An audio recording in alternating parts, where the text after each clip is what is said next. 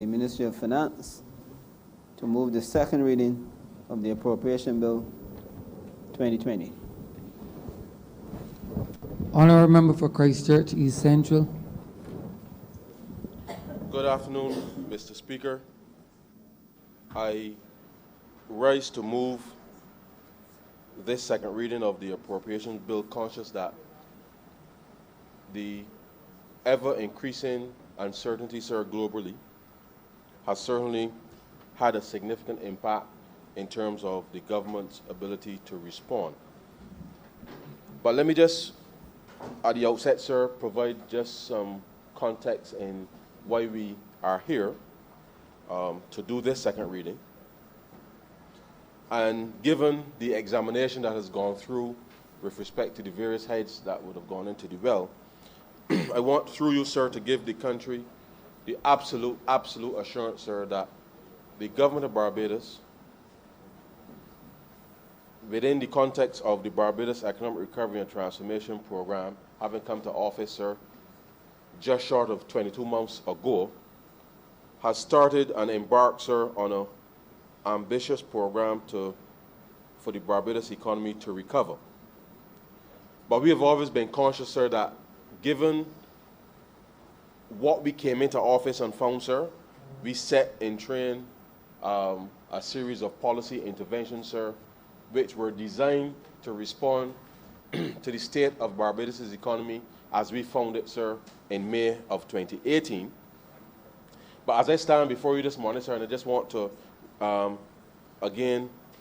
impress upon all within earshot, sir, that the government has not relented in any way, sir, with respect to our ability to stay on top of the situation. And I'm going to take the time, sir, to walk through what has been done and what the government will continue to do, sir, because under the circumstances that now confront not just Barbados, sir, but certainly the globe, that as representatives of the people, as the government, sir, that we must mobilize and work with all of the various stakeholders, sir, in order to ensure that, one, we keep Barbados as safe as we can, that Barbadians, sir, respond to the various public notifications, sir, and that we make whatever resources we have available, sir, to bring to bear to remedy the response to COVID-19, that we do so, sir, in an orderly fashion. Now, sir, when these estimates were being prepared, we started, certainly in the Ministry of Finance, sir,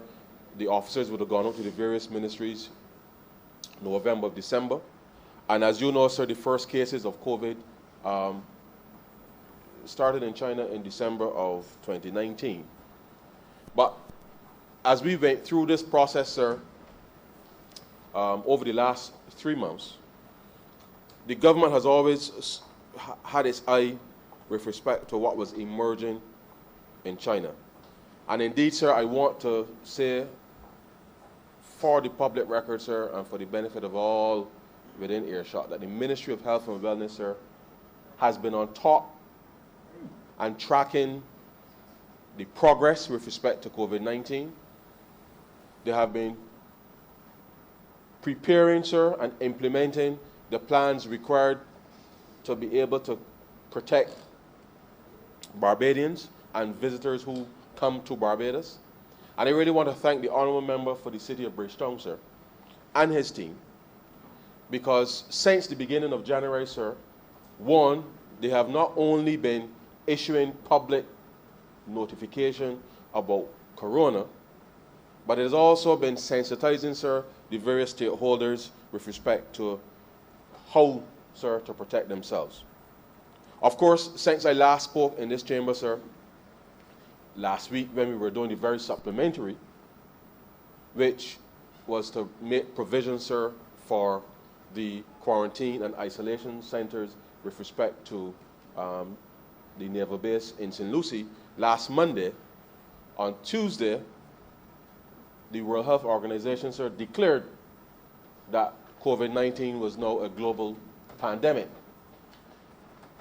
And therefore, as that announcement was made, a lot more citizens started to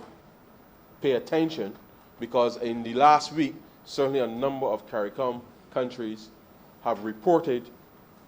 cases, confirmed cases of COVID-19 or novel coronavirus within their jurisdiction. And therefore, Barbadians over the last week, sir, noticing the acceleration with respect to the fact that the virus had reached the region, people are now starting to respond and to pay attention. But the Ministry of Health, sir, has been for the last 3 months, since the outset with respect to novel coronavirus, sir, has been monitoring and has been preparing not just the facilities in Barbados, but certainly in preparing with the various stakeholders with respect to being able to manage the risk. Now, sir, I am not a health professional, but I know a little bit about statistics, sir. And in this scenario, it is important to, in a sense, sir, follow the science in terms of the response. But we have to provide context and to be able to manage this process, because it is critical, sir, critical that as people are now paying attention with respect to the impact that the coronavirus will have, not just in Barbados, but certainly globally, that the government, sir, is in a position to act, to respond to those natural fears that may develop from questions. But I know that the Ministry of Health, sir, and the officials within the Ministry of Health and the medical fraternity in the country will be more than able, sir, to manage this situation. But the reality is, sir, that the declaration of a global pandemic, which was inevitable given, one, the acceleration of cases and development within China, the rapid expansion, sir, across Europe, and we are now seeing, obviously, within the Americas, you are seeing an acceleration, sir, with respect to cases in North America, sir, reaching, as I just said, sir, with some of our neighbors. And it is important, sir, that we remind Barbadians first that there are clear protocols with respect to being able to manage and mitigate against the spread of the virus. And it is important that for persons to understand that the Ministry of Health, sir, and I want to stress that the Ministry of Health has been screening individuals who, upon entry to Barbados, sir, certainly in the first instance where it was determined that persons had arrived from China, sir, initially, and they say persons were arriving from China because we all know, sir, that we have hundreds of public servants who over the course of their normal workload will go to China for training. Other Barbadians go to China for business, sir, on a normal basis, as well as other business persons, that the Ministry of Health, sir, has been screening persons initially who would have had, obviously, a recent history of travel to China, because this is where the outbreak started. And therefore, the initial screening with respect to persons coming in had started, sir. And it is important that the public understands that with each stage of this process, that the government was just obviously ramping up, sir, the capacity within which we wanted to be capable of responding to the crisis. And as the Ministry of Health initially, sir, and I start here so that persons get an understanding that the government of Barbados, through the Ministry of Health and Wellness,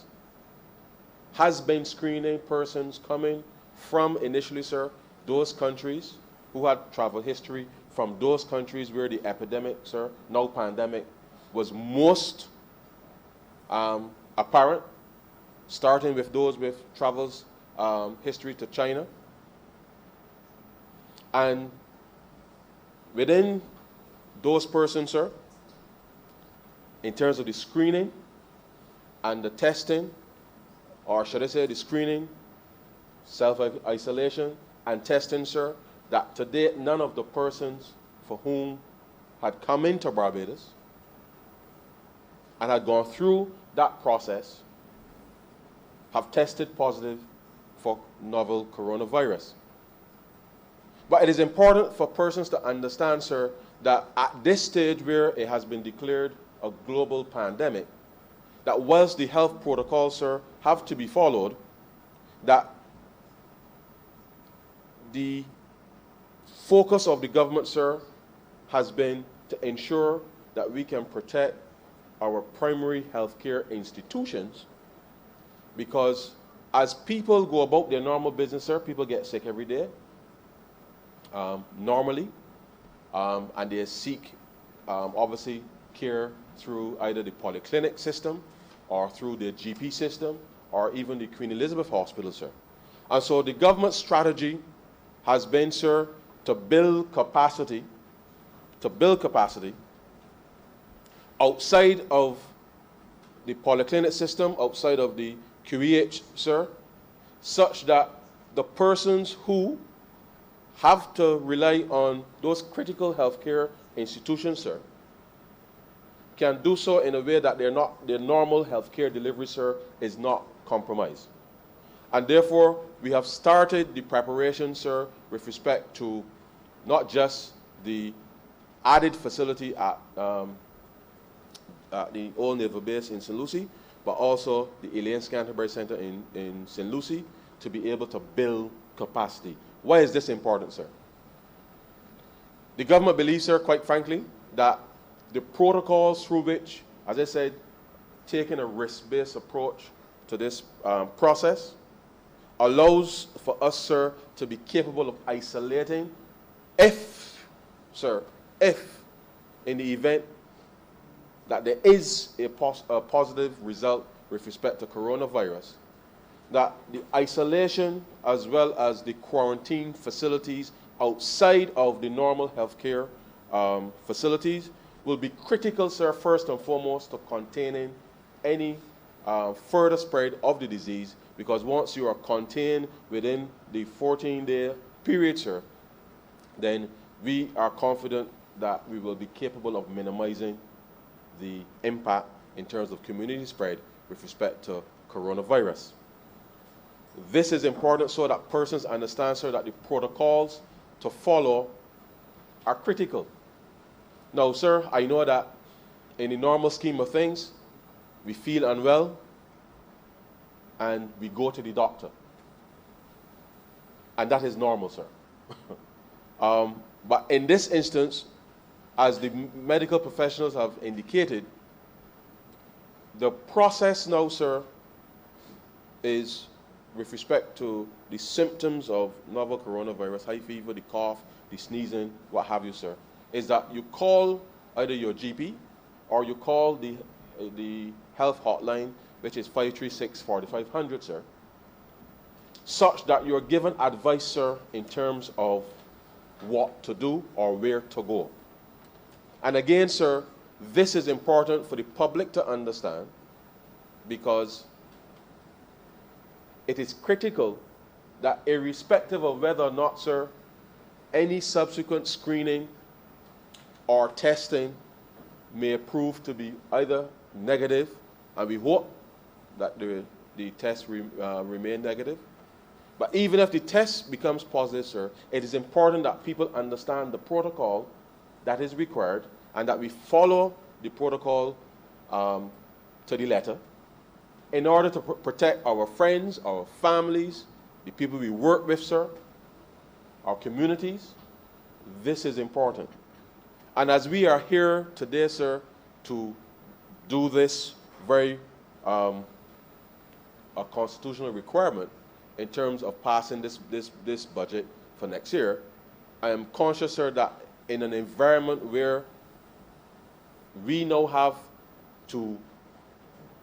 manage not just a potential public health crisis, and I will go on further, sir, to speak to the wider aspects with respect to how our lives may or may not change over the course of the remainder of this year, it is critical that we first and foremost, as citizens, understand what is required of us, sir, in this moment with respect to being able to respond responsibly in the current scenario. And so I'm taking the time, sir, just to articulate through you, sir, for the benefit of the public, that it is absolutely important, sir, that the protocol with respect to the coronavirus is followed by every single Barbadian and followed by every single visitor to this country. And it is at that point, sir, I want to say to people that while social media is a very important tool for disseminating information, that it is critical, sir, at this juncture, that as citizens, that we display a level of responsibility in what kind of information we share, and that to trust the sources of information coming from the Ministry of Health and Wellness, sir, through the Barbados Government Information Service and the various media houses that we have partnered with, sir, to ensure that the messages with respect to what needs to be done is done. Because at the end of the day, sir, at the end of the day, it is our responsibility, not just as government, but certainly as citizens of this country, sir, to ensure that we help protect those among us who, one, may be particularly exposed because of any underlying conditions that persons may have. And we know, sir, that we are a society that the non-communicable diseases, sir, are quite prevalent. And therefore, for that reason alone, sir, it means that we have to make sure that the information that is shared is as clear as possible so that people know what to do, when to do it, sir, how to do it, in order to help protect not just your family, but certainly those for whom you may come in contact with over time. And the truth is, sir, this is the only way that the government and the people of Barbados can respond with respect to a crisis such as this. And therefore, it is important that persons take the time, sir, take the time to think through what it is they're circulating and ask themselves of what benefit is this to the people I am sending it to. Now, let me just say, sir, that it is important that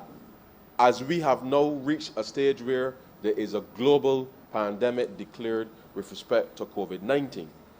and I will refer specifically, sir, there were some videos circulating to with respect to an ambulance at the DV South Wings. And whilst the narrative with respect to the person taking the video of the ambulance taking the person in the mask from DV South Windsor, it is important that people understand what they were seeing, because whilst the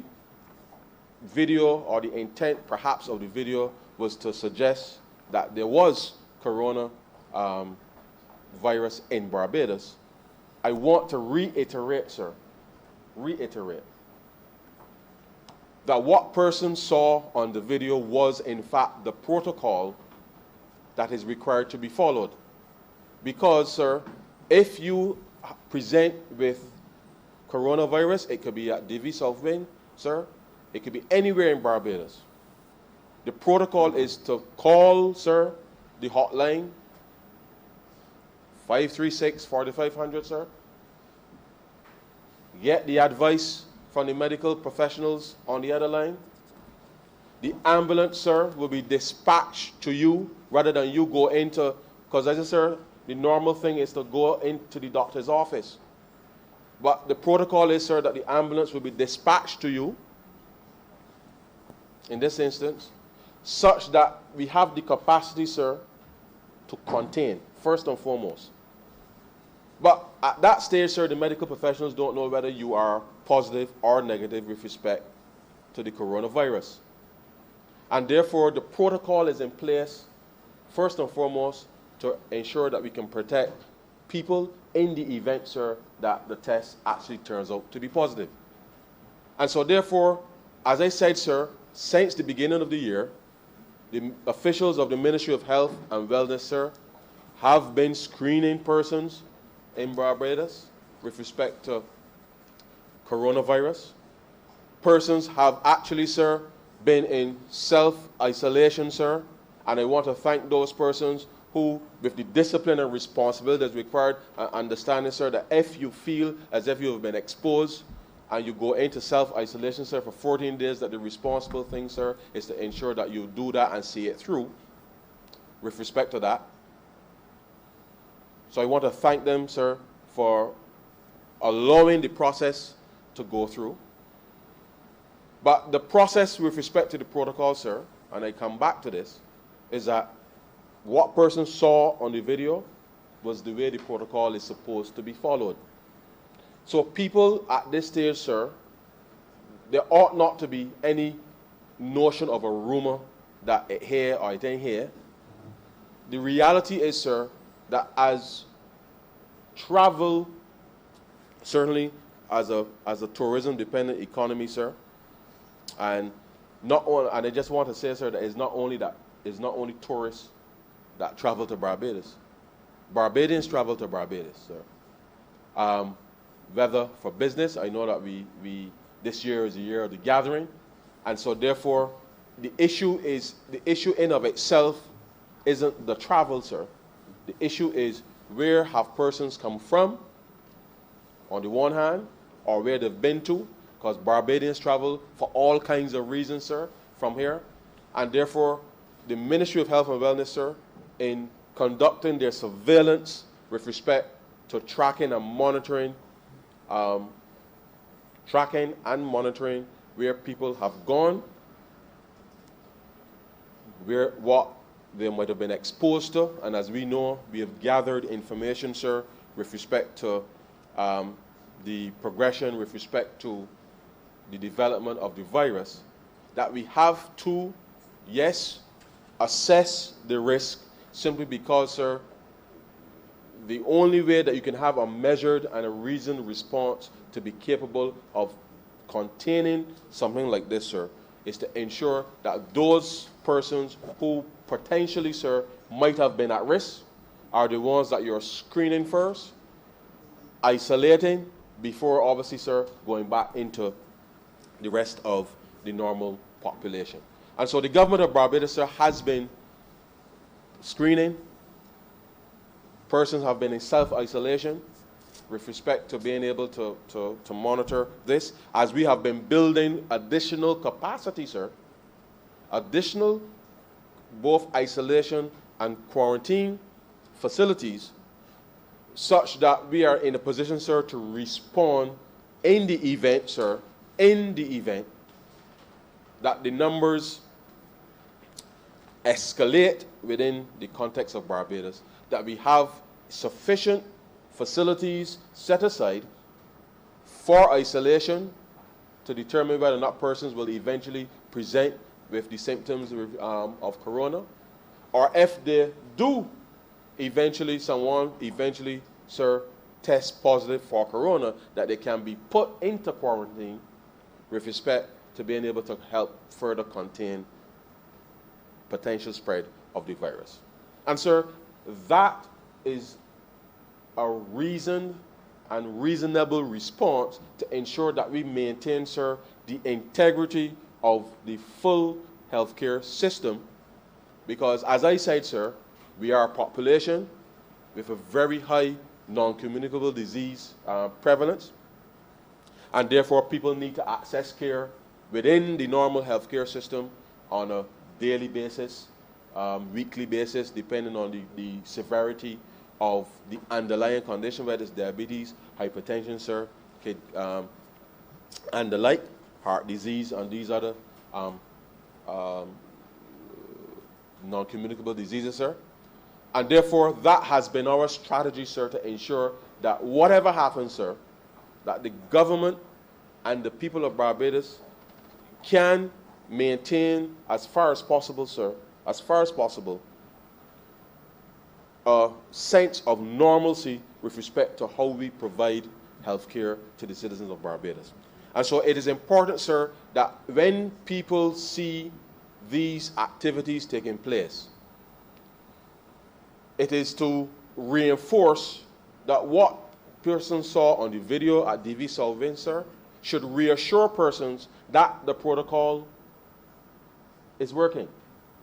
People are following the protocol. And the fact, sir, that yes, tests would have been done, because once it's reached that stage, sir,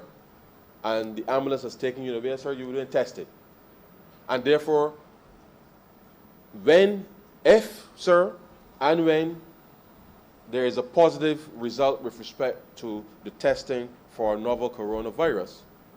then that, sir, will be announced to the country. But here's what is important, sir. Not just that the announcement is made, but I want to reiterate that what the Ministry of Health does as well, sir, once someone is suspected of being exposed to the COVID-19, is that they do something called contact tracing, sir. So they want to know from you, sir, within the last few days, who you might have interacted with. And so for the benefit of the public, sir, I want to use this opportunity to remind Barbadians that whilst there's a lot of information going on in the public domain with respect to whether it is here or not, what is critical for the average person in Barbados, sir, within earshot of my voice, is yes, we have gone about our business, sir. The government has responded by being able to build capacity, as I said. But it is important that people not miss the boat, so to speak, sir, with the very basic and essential things that we must now be doing. Now, the truth is, sir, Barbadians have always washed their hands, and I think that's something that we should be very proud of. But it is now time, sir, to ensure that we do so with even more, not just frequency, but certainly, sir, with more fervor. Because the number of times that we touch our faces, sir, it is something that we don't even recognize how regularly we do it. So the simple message coming from the officials of the Ministry of Health is to wash your hands frequently. Now, there are fears, and I know that certainly, sir, that the natural response from persons, especially those persons who are on the front line, and I know there have been calls with respect to the protection of persons on the front line. And certainly, sir, the government of Barbados, throughout this process, the officials, certainly from the Ministry of Health, sir, have been and continue to engage those persons, certainly, on the front line, those persons who have to interface with large numbers of people, and those consultations, sir, certainly will be expanded with respect to engaging those persons in terms of what they are actually at risk for. And it is natural, sir, it is natural for persons to want to wear gloves. It is natural for persons to want to wear masks. And the truth is, sir, it is something that really and truly makes us feel as if we are protected. That is the truth. It makes us feel as if we are protected. And it sounds, sir, counterintuitive for the person listening, because once I put on gloves and a mask, sir, I instinctively feel as if I am being protected from what is out there. It makes us feel protected. But the truth is, sir, the truth is, what really ought to happen, given what the doctors and the medical professionals know about the virus, is that the virus is spread by coughing and sneezing. So therefore, the droplets that you emit, sir, when you're coughing and sneezing gets onto the surfaces around you or onto people, and that is how the virus spreads. Now, sir, so let's think it through. Now, whilst I know people are free, sir, certainly to take their own personal protection that they may wish to engage in, and that is, so the government isn't saying to people, don't do this, but we are saying that there's a risk with respect to the use of gloves and the use of masks, that whilst we may feel as if we are protected, how we use them is much more important, sir, than if we use them. Now, the truth is, sir, as I have sought to engage my constituents on a daily basis in the use of these things, and I hope that people have been comforted so long as they follow the protocol as I mentioned, sir. The reality is that if you feel that you have been exposed to corona, sir, and you're coughing, you're sneezing, you have the fever and all of that, then you are probably the person that should have the mask on, not me. If it gets to a stage, sir, where the virus spreads across our community, sir, and we have to care for a loved one, then if you are caring for a loved one who has corona, when you're in the room with the person, sir, you're the one then to wear the mask to potentially protect, because obviously the person will be coughing and spewing. So therefore, if you're caring for an individual, you should be the one wearing the mask in the room whilst you're caring for them at that stage.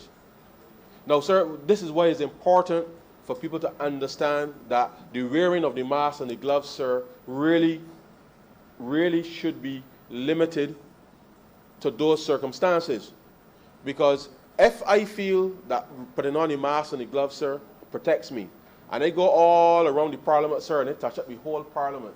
sir, and I do all the things that I would do in a normal course of business, then in effect, sir,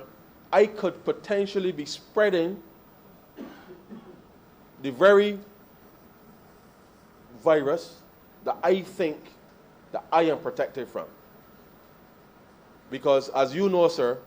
we touch our face, we touch our nose, we touch everything, sir. So therefore, sir, if you are going to take the opportunity to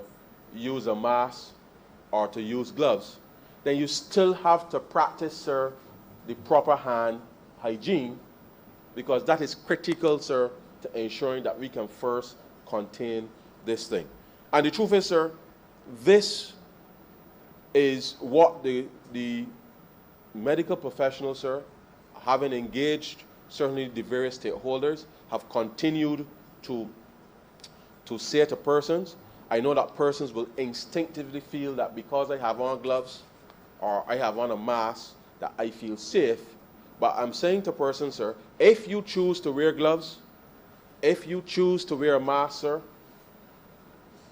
then you have to be very conscious of what you do when you move away from the immediacy of, as I said, if you happen to be taking care of somebody who has been exposed to corona, when that comes, that is quite appropriate for that point. But what we have to reinforce, sir, is that we do not want people to have that false sense of security and then end up, sir, through an improper use of the very things, end up then helping eventually to aid and abet the spreading with respect to the virus. So it is important, sir, that we continue to reinforce, sir, that the health protocols that we are following, sir, they not just start last week when the WHO declared this a global pandemic. And therefore, the government of Barbados, in seeking to ensure that we have the adequate resources to respond to this, we have done what we have done so far, sir, as I said, focusing first on those persons who might have traveled from specific countries in the first instance, and this was happening since January, sir. Since January. Persons have now gotten, since the declaration of the pandemic, everybody now is in tune to it, and would have, in a sense, sir, missed a number of, some people, might have missed a lot of the engagement that the Ministry of Health and Wellness would have had engaged in consultations and public notifications and information about coronavirus since the beginning of the year. And therefore, know that it is here meaning a global pandemic, sir, not here in Barbados, a global pandemic, that Barbados now finds itself in a position, sir, where now it is not just the potential impact, public health impact for the population, but we are also now faced, sir, with a situation where the entire global landscape has changed for 2020 significantly from when we started this process with the estimates in January with the Ministry of Finance, bringing in the ministries with respect to arriving at the numbers that we just passed in the appropriation bill. And so the landscape having changed drastically, sir, drastically, my job here today, sir, is simply to prime this chamber and this country, sir, for the fact that this government, working certainly with the Ministry of Health and Wellness, we have been monitoring, sir, the progression of COVID-19 and certainly the spread, sir, the spread globally. It is now declared, sir, as I said, a global pandemic, and therefore this was the immediate focus of Barbadians will be on the public health, obviously, issue, sir, because one death is too many, sir. One death is too many. Whilst there is a potential public health crisis on our hands, the reality is that we have started, sir, already to feel, in a sense, sir, the impact of the fact that because it is a global pandemic, it has changed the entire trajectory from all the assumptions that we would have made going into this process, that in a real sense, sir, we have to recalibrate. And that recalibration, sir, is still ongoing. Yesterday, sir, and at this point, let me just say that yesterday, the CARICOM finance ministers, sir, met in a special meeting of the Council for Finance and Planning, sir, which is an organ of CSME. And we were discussing, sir, all the finance ministers from across the region, sir, and their officials were discussing, sir, the potential impact that it would have, sir, on their economies, sir. We also discussed what would be the possible response that we would have as a region, sir, in order to mitigate against what will clearly, sir, be a significant downturn if this pandemic persists beyond this year. And the reality, sir, is that irrespective of, at this stage, whilst the going assumption is from what is being said that it is likely that there will be a vaccine at some point, perhaps later this year, as a best case. The reality is that because a lot of our economies, sir, are tourism dependent, and certainly as Europe and the Americas now, sir, become much more in focus with respect to the spread of the pandemic, that the impact that is going to have on the economies in the Caribbean, certainly over the next 6 months, will be significant. And therefore, we have to be in a position to respond to that. Now, of course, sir, the reality is that with the announcement of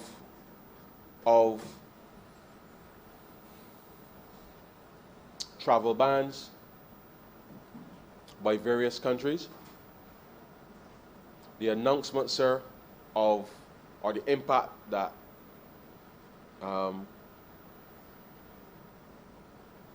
the impact of the slowdown in manufacturing of certain key, of just manufacturing in general, but certainly, sir, certain key, certainly pharmaceuticals and the manufacturing process globally with the impact of COVID-19, then it means, sir, that for us, certainly in the region and definitely in Barbados, that we as small open economies now, sir, are much more, in a sense, exposed, because whilst the reduction in tourist arrivals will be the immediate, sir, impact being felt regionally, it is the wider impact with respect to the global logistics supply and the global supply chain, sir, that is going to have a much broader impact on all of our economies, and certainly here in Barbados. And that is where, sir, we as a government, working in concert with our colleagues across the region, we now, sir, have to be in a position to see how best we can respond to, in the very, very, very shortest possible time, sir, boost a number of areas of domestic production, not just in agriculture, but also potentially manufacturing. Conscious, sir, conscious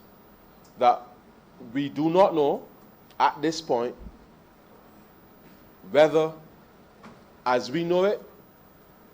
whether shipping arrangements will continue in the way that they have so far, given that, one, airlines have started looking at obviously closing flights, less people are traveling, and it will speak to some of those assumptions with respect to that, sir. And the truth is, we have to prepare ourselves, sir, to dig deep if this pandemic, sir, continues beyond the next 6 months. The next 6 months will be a challenge, But we have to prepare ourselves, sir, not beyond that 6 months period, with respect to being able to ensure that if there's a short recovery, sir, and I use the term short recovery being a 6 months, where things start to come back into place, where obviously it will operationally for a lot of the logistics globally, that if things can return to as close to normal September, October, that we have to be able to ride it out until then, and therefore we have to make certain adjustments internally to be able to do that. Now, the truth is, sir, that this afternoon at 3 p.m., and I was just watching the clock for the time, that this afternoon at 3 p.m., sir, we will be having a meeting with the International Monetary Fund, because as you know, sir, Barbados is in the Barbados Economic Recovery and Transformation Program, which is supported by an extended fund facility by the International Monetary Fund. And under that program, sir, as you well know, one of the key targets under the program is the 6% primary surplus. Now, I read today's newspaper with interest because there was much said about the 6% primary surplus. And the reality is, sir, that, and just to remind those through you, sir, that the government of Barbados coming to office, we didn't suddenly decide that we're going to run a 6% primary surplus because we wanted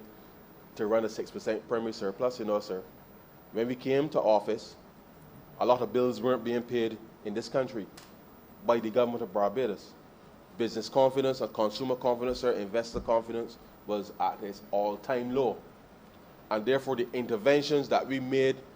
and then obviously the announcement with respect to the debt restructuring, sir, has put us in a position where for the last, since October 1st of 2018, sir, that between then until now, sir, that we have been able to start to pay down a lot of those arrears that were owed by government to individuals for tax, personal income tax, reverse tax credit, sir, VAT refunds, corporation tax, you name it, sir. Goods and services being supplied by small, medium, and large businesses to government, sir, that was not paid. So the concept of running a 6% primary surplus was to ensure that government, on the one hand, sir, having restructured its debt, could run its current affairs, which means, sir, that things like hand sanitizer could go back into schools and clinics across the country, sir. That toilet paper, sir, can be deployed into schools again, sir, rather than being rationed as they were in the past, sir. These very basic things, sir, that Barbadians now have gone out and bought in a very short order in terms of being able to, and again, sir, perceive preparedness with respect to this crisis. But the reality is, sir, that the 6% primary surplus, and as you know, sir, that was designed to respond to what we inherited from the last government. And we were on track, sir. Not we say we were, sorry, let me rephrase, sir. We have been on track with respect to being able to ensure that we meet those those fiscal targets in order to ensure that all of those refunds and stuff that were owed from the last administration, sir, that we are in a position to repay, and we are also paying our bills on time. Sir, we are no longer printing any money at the central bank, which threatens the exchange rate, sir, with respect to the 6% primary surplus. But as with everything, sir, as with everything, and just to indicate for my colleagues, my fellow economists, sir, colleagues, that of course the global pandemic was unforeseen. As a matter of fact, sir, 3 months ago, yes, about 3 months ago, because today is what, March 16th, sir? 3 months ago, if I recall, I think the first case was probably announced closer to Christmas, sir, of December 25th. So literally, sir, 3 months ago, but certainly, sir, at the beginning of December 2019, sir, nobody in the world, sir, nobody in the world knew anything about, well, I said knew anything. There was no presence of corona in the way that it is today. And therefore, the fact that it has been declared a global pandemic will obviously mean, sir, that we have to make adjustments as a government. Because as we have already said to the International Monetary Fund, sir, that you cannot fight corona with air. And therefore, the government has to build capacity and able to respond, first and foremost, to a public health crisis. And in the event, sir, that members, not I need to remind members, but you will recall, sir, that when we launched the Covenant of Hope to the people of Barbados, sir, that on page 26, we indicated that the first claim on public expenditure, sir, as I said last week, was to preserve law and order, but the second claim was maintaining public health. And to that extent, sir, we have already started discussions with respect to the International Monetary Fund, with respect to what we're going to do in this coming financial year, which, as I said, sir, the whole point of these estimates being laid in the chamber at this time was on the assumption, of course, when we started the process, that normal service would resume. And even whilst we were here in this chamber, sir, over the last few weeks, discussing the estimates as prepared, and as you know, sir, these estimates were laid in this Parliament February 18th of 2020. So that is just short of a month ago. So even during that process, sir, we were having discussions with the fund about what will be the government of Barbados' response once this thing called Corona was declared a global pandemic. And therefore, yes, it would appear that for those who are now talking because it has been declared a pandemic, that the government of Barbados has already started, sir, the work with respect to what a change will look like with respect to the budget of government. And therefore, we are in the process of negotiating with the fund how we will recalibrate, sir, the primary target. And as you know, sir, was at this stage, the government of Barbados, and I want to say to all Barbadians, to all investors, all business people, all consumers, sir, all citizens, all taxpayers, that the government of Barbados, sir, is still committed to achieving the 60% to GDP target, debt to GDP target by 2033. We are still committed to doing that. But however,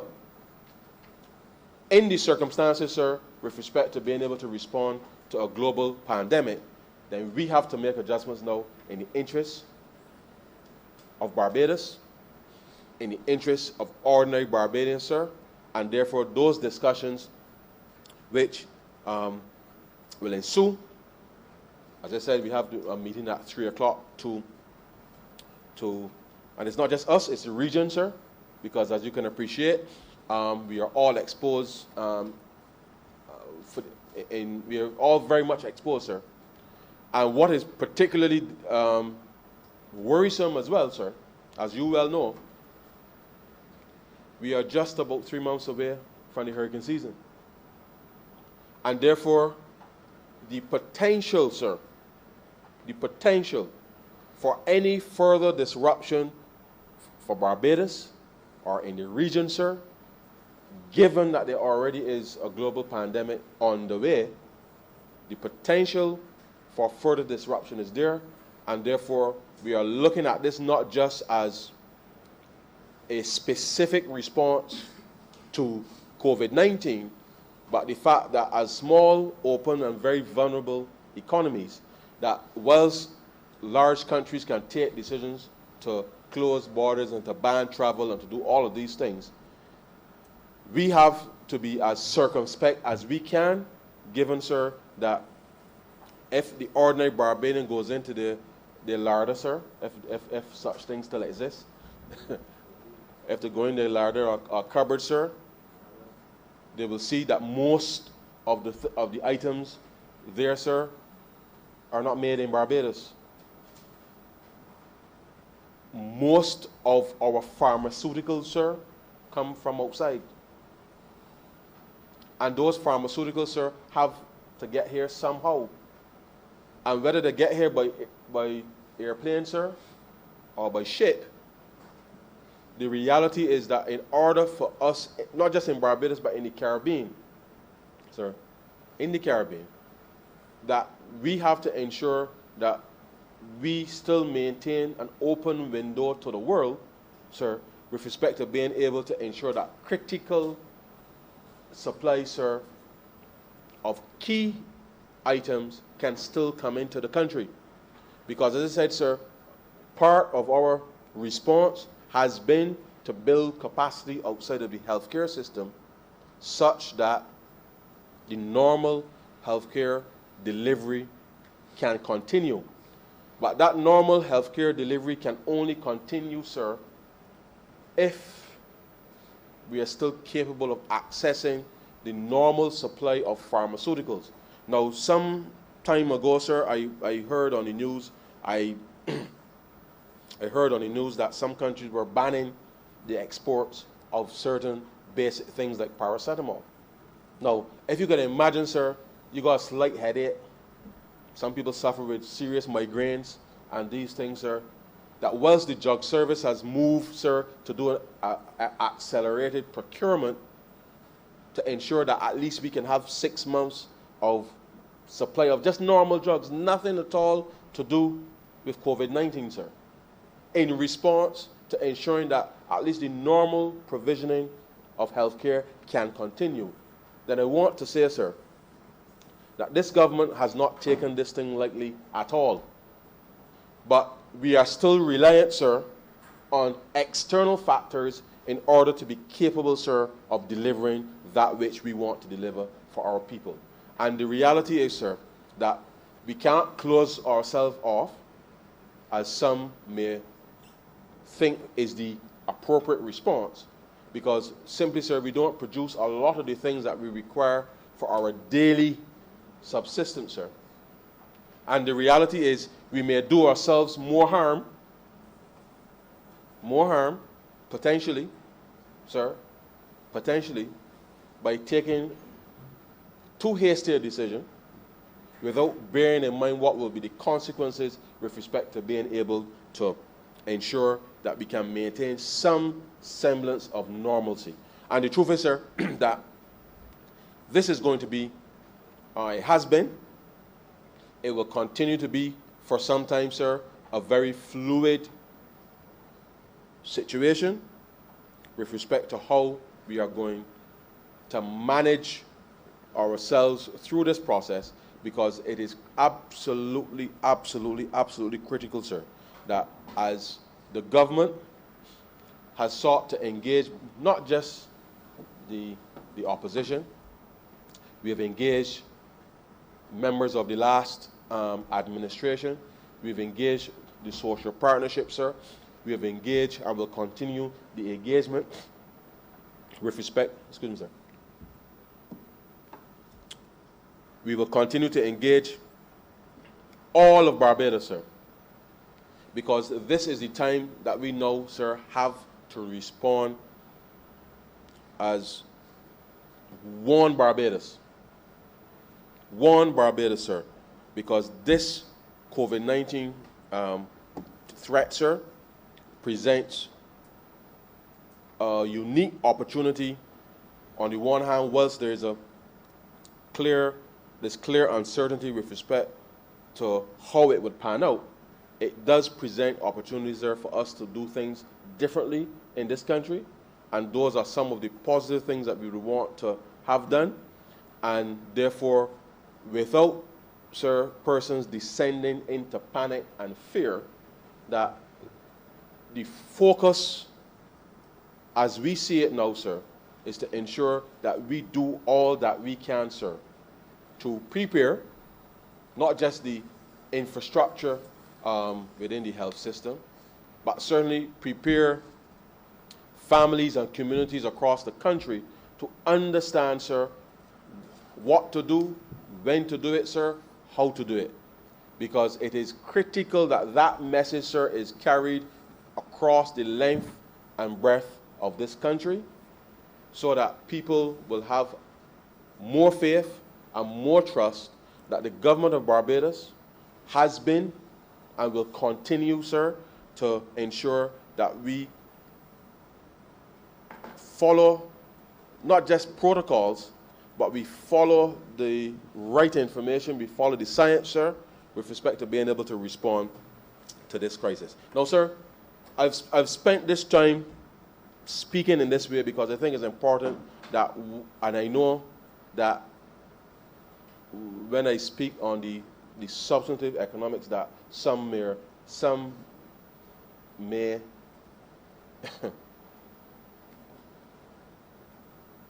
get alarmed.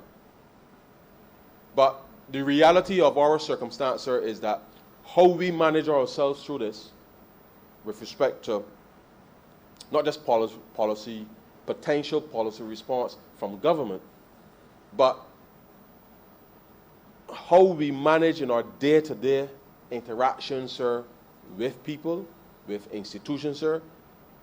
is just as important as any policy response that government may wish to consider for implementation in order to respond to this crisis. So I spent that time, sir, laying the foundation, and I will move on to another section which I want to speak on, because it is important for us to understand what we have. Now, sir, the Barbados, in a sense, sir, has a very, very rich and strong tradition, sir, in managing public health. And I know we don't talk about it a lot, but we do have a very rich tradition in managing public health. We perhaps take it for granted, sir, that within walking distance of most persons in the country, you can literally walk and go to a doctor. And that is something, sir, that is not necessarily the case the globe over. But most persons in Barbados can walk to a doctor, or with the taking of a bus, can get to a doctor relatively quickly. And so I want to speak to Barbadians now, sir, on how, not just government, sir, it's not just government, but how Barbados, sir, will respond or is responding with respect to our capacity to manage this thing. Now, sir, we took a briefing last week, Monday, with the Social Partnership. And we are fortunate, sir, as Barbados, to have available to us 2 Barbadians, sir, who were in Sierra Leone, sir, in 2015 and 16 in response to the Ebola crisis. 2 Barbadians, sir. One is Mr. Richard Carter, and the other is Mr. Hart, sir. But Mr. Hart specifically, during his intervention at the Social Partnership, sir, indicated to us that the area of Sierra Leone, sir, where he was stationed as the infection control professional, had about a population of 1 million people, sir, and 2 doctors. 1 million people, sir, and 2 doctors. Now, you would understand, sir, that when I tell you that most people in Barbados can walk within walking distance, has access to some medical facility for the most part, sir, littered across Barbados, that Mr. Hart reminded us last week, sir, that we have over 600 doctors in Barbados.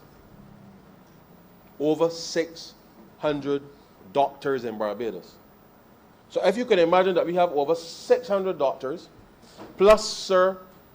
the nurses in Barbados, that we have more than enough capacity as Barbadians, sir, to manage this crisis. And therefore, with that kind of capacity on island, sir, then we have, as Barbadians, to recognize that, one, yes, we have the capacity, but now what we must be capable of doing, sir, is ensuring that we follow the appropriate protocols in order to respond. So our issue now, sir, isn't not having enough doctors or not having enough necessarily nurses. And I know that there may be times that we may perceive as if there's a shortage of perhaps doctors or nurses as it relates to the public system. But the reality is we have capacity, sir, in this country to manage this particular response to this particular pandemic. Now, sir, we have to leverage that capacity, and therefore, in how we manage, sir, and deploy resources, sir, that will be critical to give ordinary Barbadians, sir, the assurance that if and when there is a positive case of coronavirus in Barbados, and that if, sir, all of us do the requisite contact tracing to be open and honest, sir, because the truth is, sir, if I felt ill this morning, sir, I should not have come to Parliament to potentially sneeze on the member for St. Michael South or the member for St. Michael South Central. or the member for St. Michael Northwest. So we have to take that personal responsibility, sir, because I might, and the truth is, sir, I know that the fellas out by Kermit Shop, by the top of Thornbury Hill, sir, they love to lime on a Monday and Tuesday night. But the truth is, sir, people now have to be responsible, because if you don't feel well, sir, you can't go and mix up with people in the way that you normally would. So that's one of the things that we have to be very conscious of, sir, with respect to how we respond as individuals. But the capacity to which I refer, sir, means that we have the capacity within the healthcare system to respond to this thing. But people now, sir, have to take that individual responsibility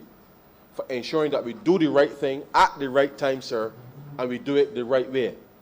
Because we don't want to find ourselves in a situation where we become complacent, because I feel that I can't miss out on this. But because I really know that I should come to Parliament this morning, sir, and give this speech, that I then infect the whole Parliament, and then all of us, as we go canvassing, then go and infect the rest of the communities in Barbados. Because that would be irresponsible of me, sir, to do such. And therefore, I'm saying that citizens now must take not the advice being given by the medical professionals very, very, very, very seriously. Because containment, sir, is the key. And therefore, if I know that I shook hands, which I know you shouldn't shake hands now these days, they're doing all kinds of funny things with your arm and your foot and things there, which I don't really get, but that's how people are greeting each other these days. But the reality is, sir, we have to make these social adjustments within the short term in order to ensure that we maintain good order in the country. But we have capacity, sir. We have capacity. Medically, we have capacity. We have built additional capacity within, as I said, those isolation, or our building, sorry, additional capacity within the isolation and the quarantine centers. And let me just say to you, sir, I was listening to the governor of New York recently, sir. And New York, sir, which has a population of about 8.5, almost 9 million people, sir, that in New York, they have about 600, what they call 600 critical care beds. 600 critical care beds in New York.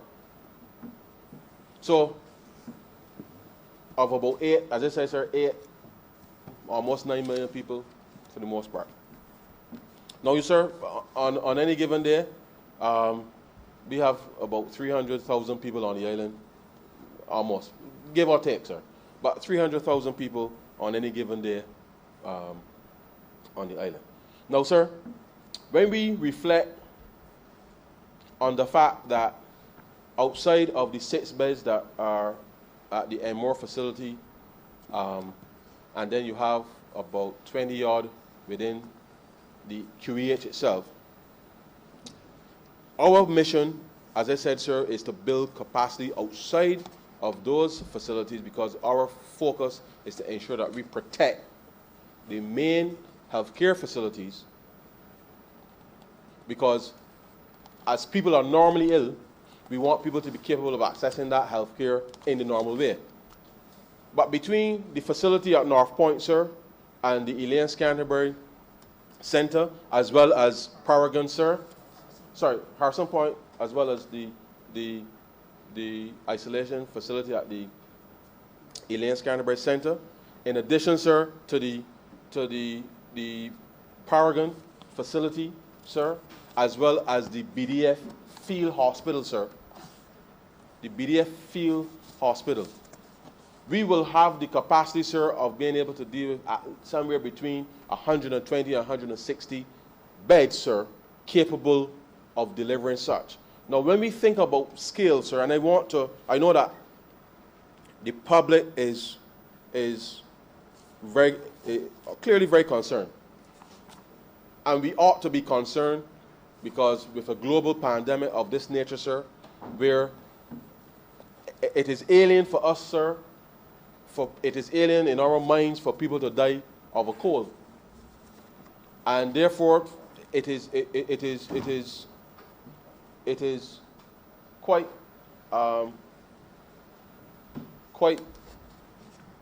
it makes people quite concerned, sir, that something that is normal could end up with such fatalities. Now, sir, in tracking the progression of this pandemic, and I want to go back to, as I said, the fact that yes, New York has 600 beds. We are building capacity for up in the region between 120 to 160, sir, when we are finished. That when you talk about the relativity, sir, it is important to understand that the government is preparing to ensure that we can respond in a way that, as I said, allows for containment as much as possible, so long as people do what they are supposed to do, sir, when they're supposed to do it. Now, sir, when I last checked this morning, when I checked this morning, I want to say to you, when I checked this morning, China, sir, had 81,000, and I just refreshed the page, sir, 81,032 cases of coronavirus. 81,032.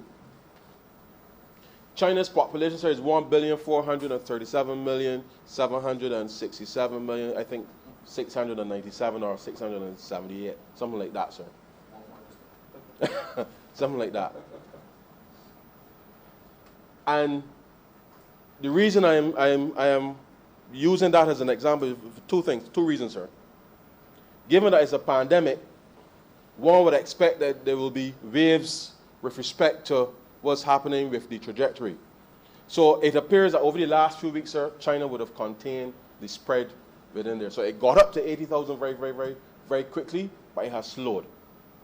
What we are now watching, sir, is that yes, as the pandemic obviously spreads to Europe and the Americas, what we are watching to see, sir, in terms of making our assessment is whether or not the cases in China with respect to a second wave or a third wave with respect to the evolution of how pandemics normally evolve. We are checking to see, sir, monitoring what happens in China with potentially a second or third wave and how those numbers progress so that we can start to understand what is the true, in a sense, the truest impact. So the reason I quoted those numbers to you, sir, just now, 81,032 cases over the 1.437767698 or whatever the number is. When I translate that proportion, sir, now the truth is, sir, 80,000 people is a lot of people, sir, and it makes your head grow when you think that 80,000 people can have something in one place, yeah?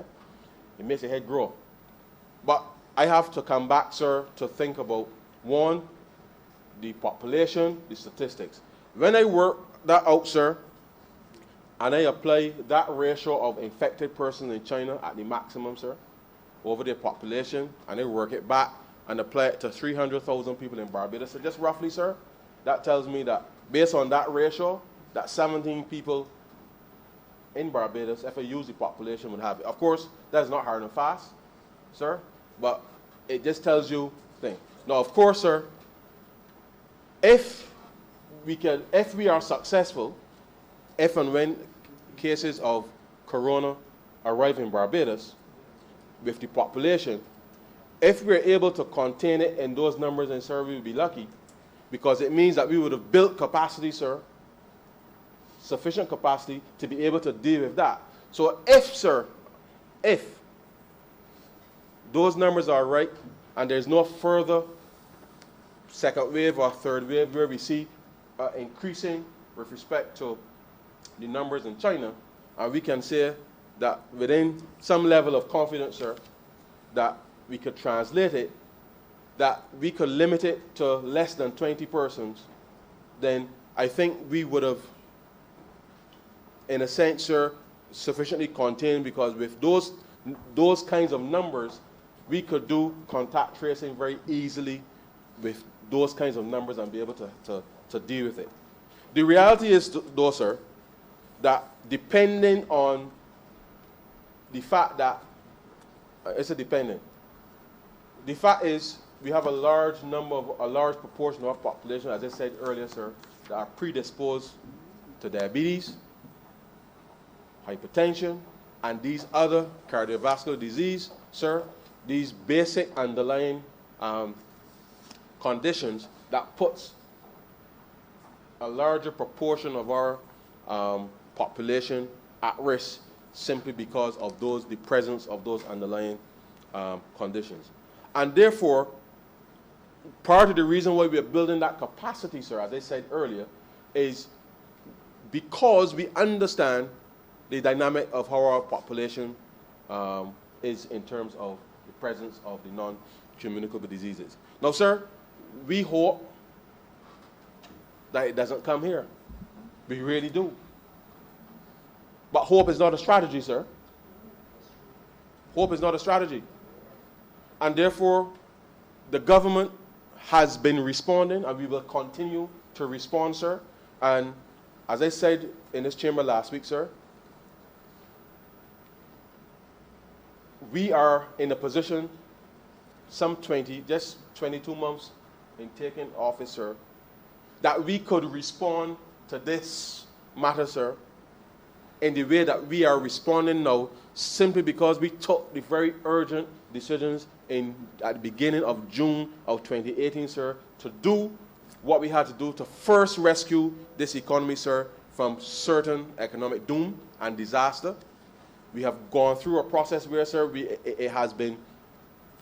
has impacted a large number of Barbadians, because we asked persons, sir, to make sacrifices in order to put the country in a better position, sir. We have, as I said, been paying back a lot of the monies that were owed by the previous administration, sir. And the reality is that we have to continue that, but we must do so now, sir, conscious that there is a clear and present danger with respect to the stability of the broader economy, the stability of the regional economy, sir, the stability of the global economy, and therefore, in this, as we go through these series of interventions, certainly, sir, with the, not just the International Monetary Fund, but also the other development partners, with respect to how we respond to this, I must say to you, sir, that the government of Barbados is in a position, sir, to effectively respond, because even as we currently anticipate, sir,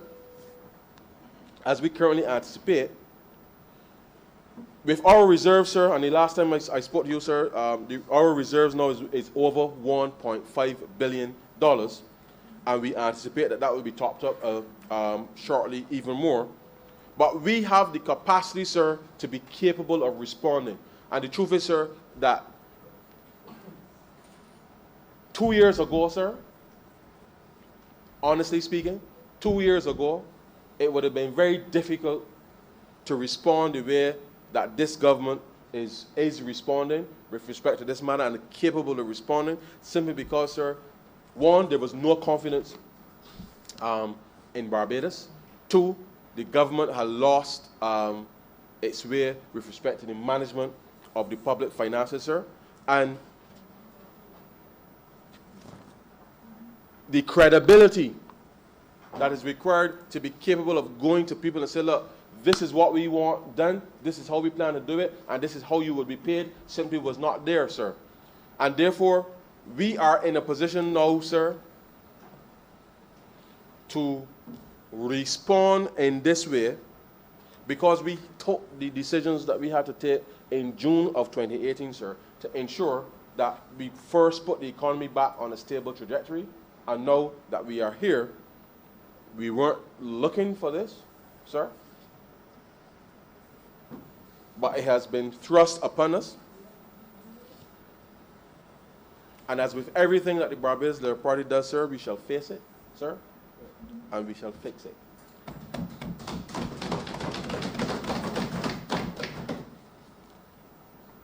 this is going to be a challenge, sir, and another challenge, as if we haven't been faced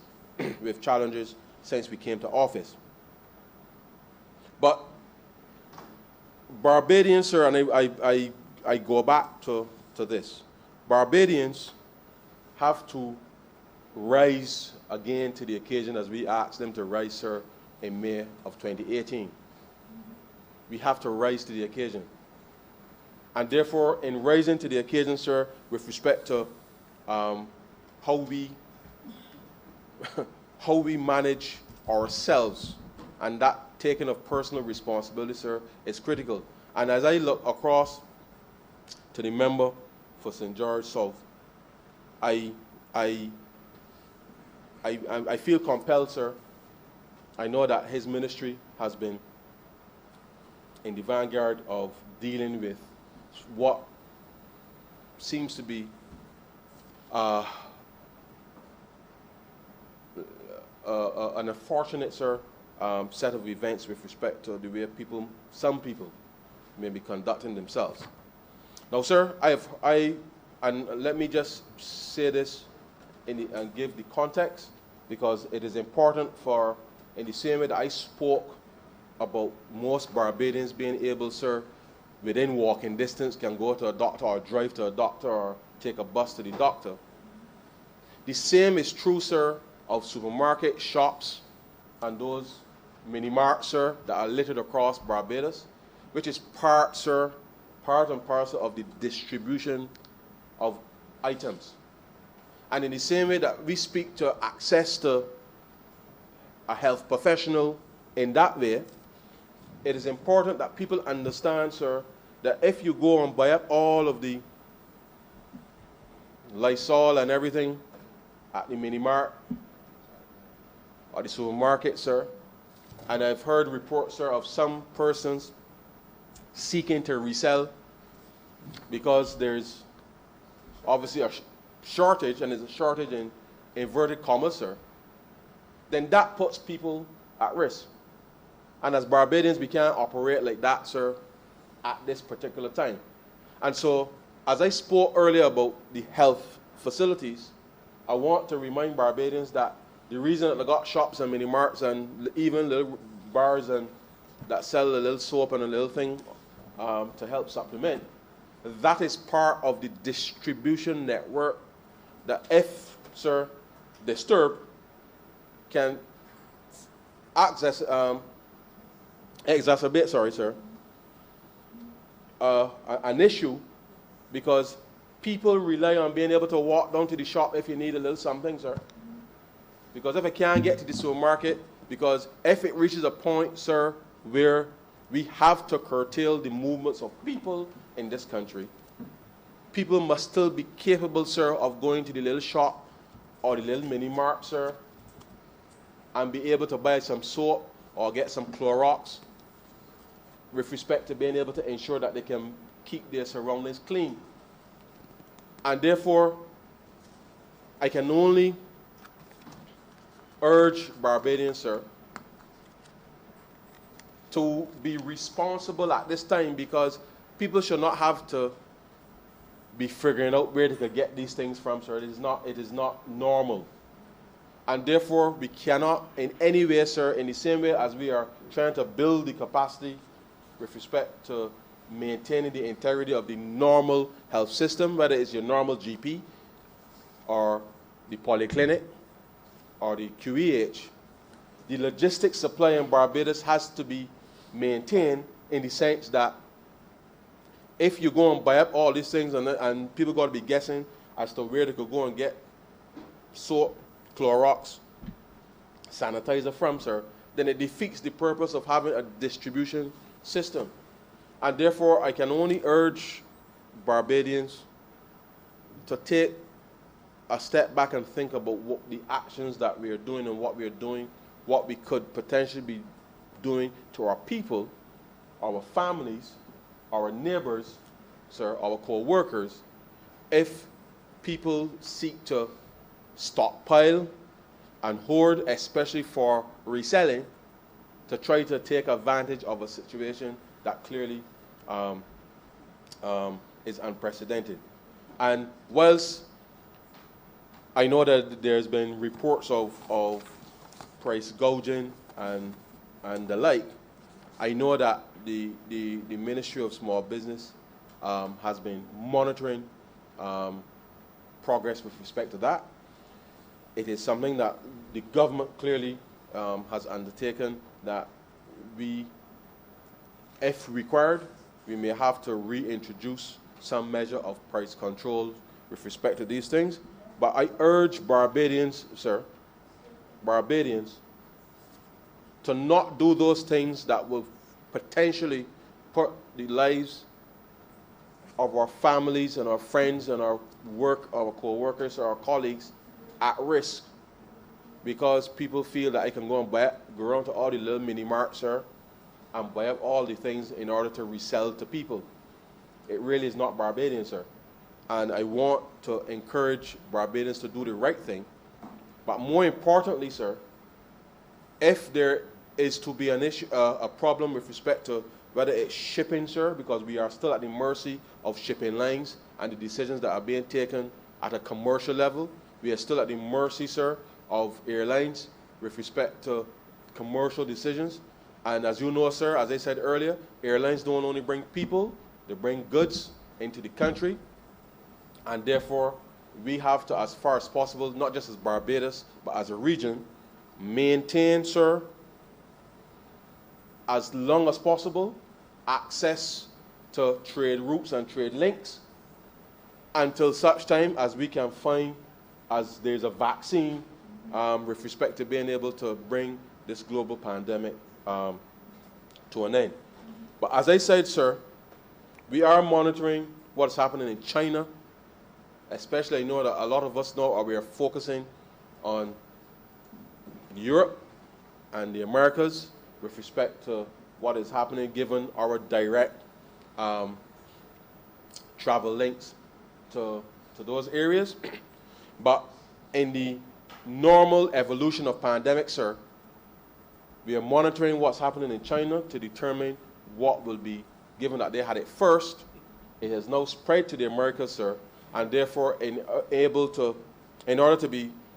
capable of truly determining the longer term impact, we are monitoring what's happening in China, and as you are seeing,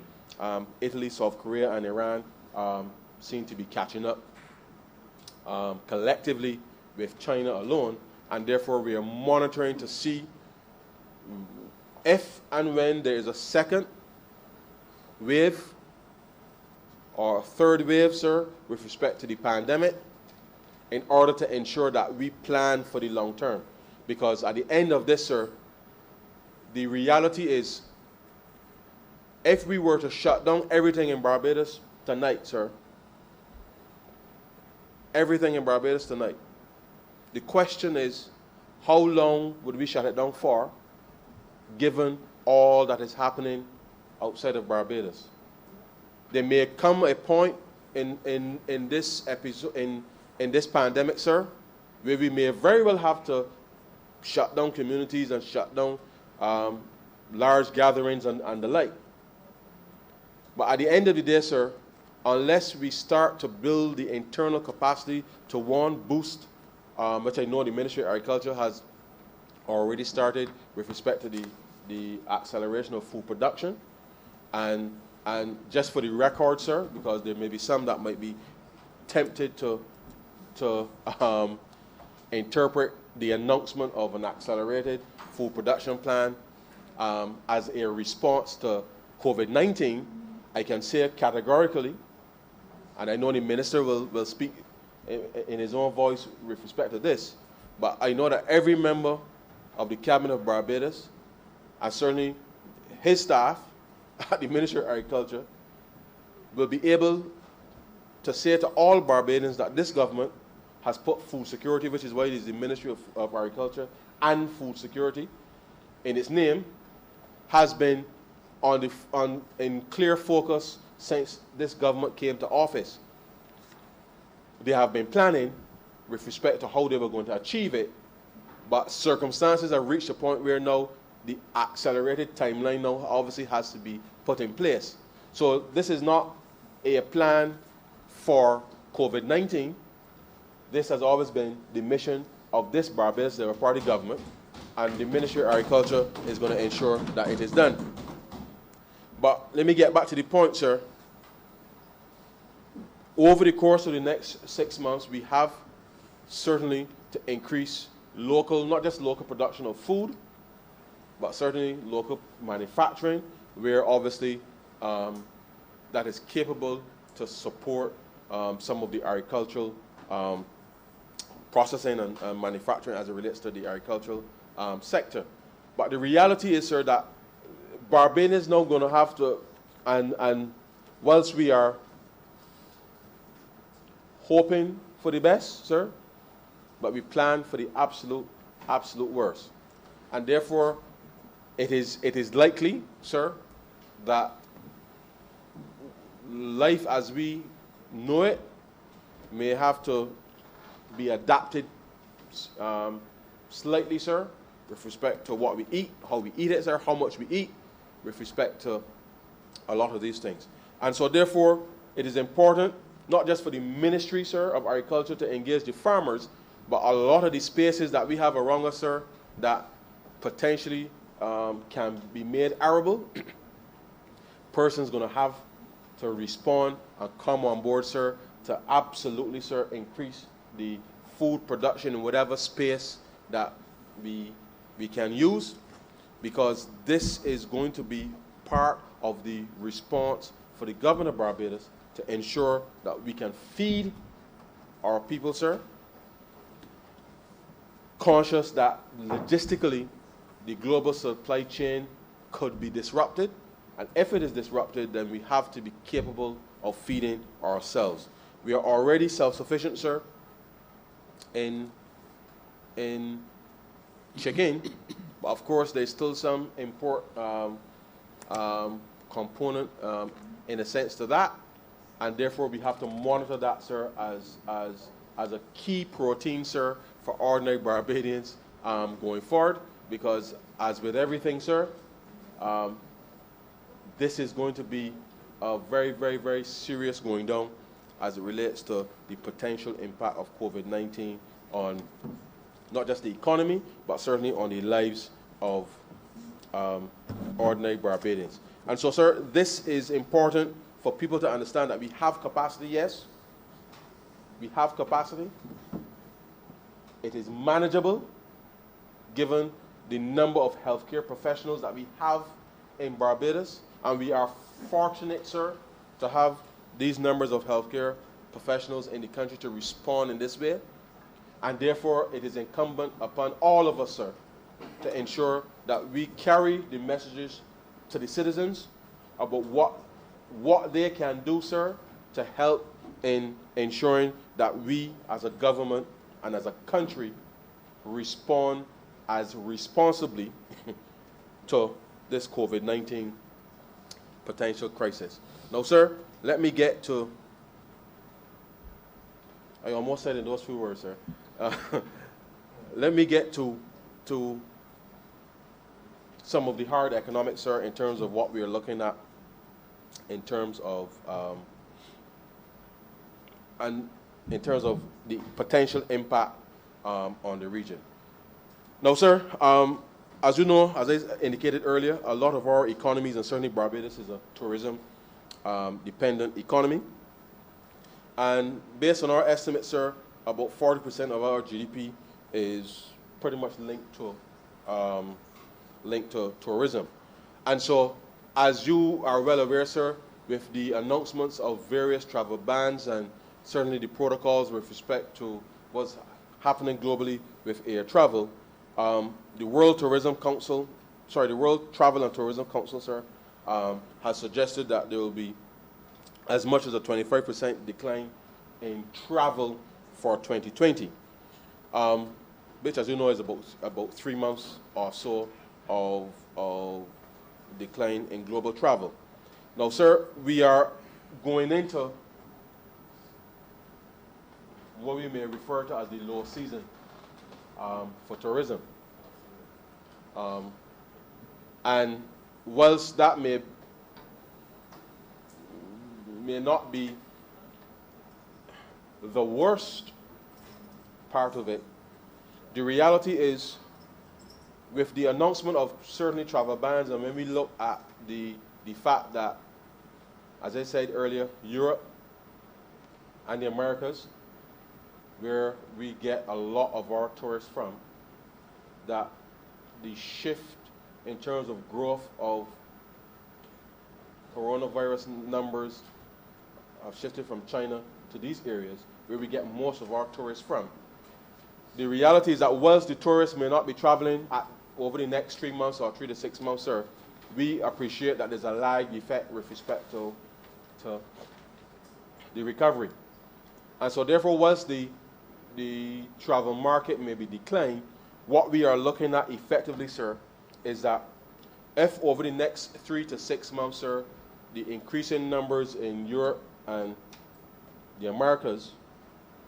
mean that more people are coming down with the coronavirus, it is spreading in the communities. Businesses in those locations, sir, are either closed or see diminished activity because of the impact of the virus, the logistics, in terms of the impact that it has on the global logistics and supply chain, that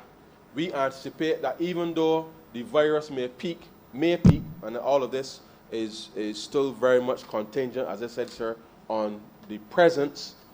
of a second or third wave with respect to the pandemic. It's prefaced on that even at the best case, sir, and we say that it is a sharp 3 month, absolute best case. That is a sharp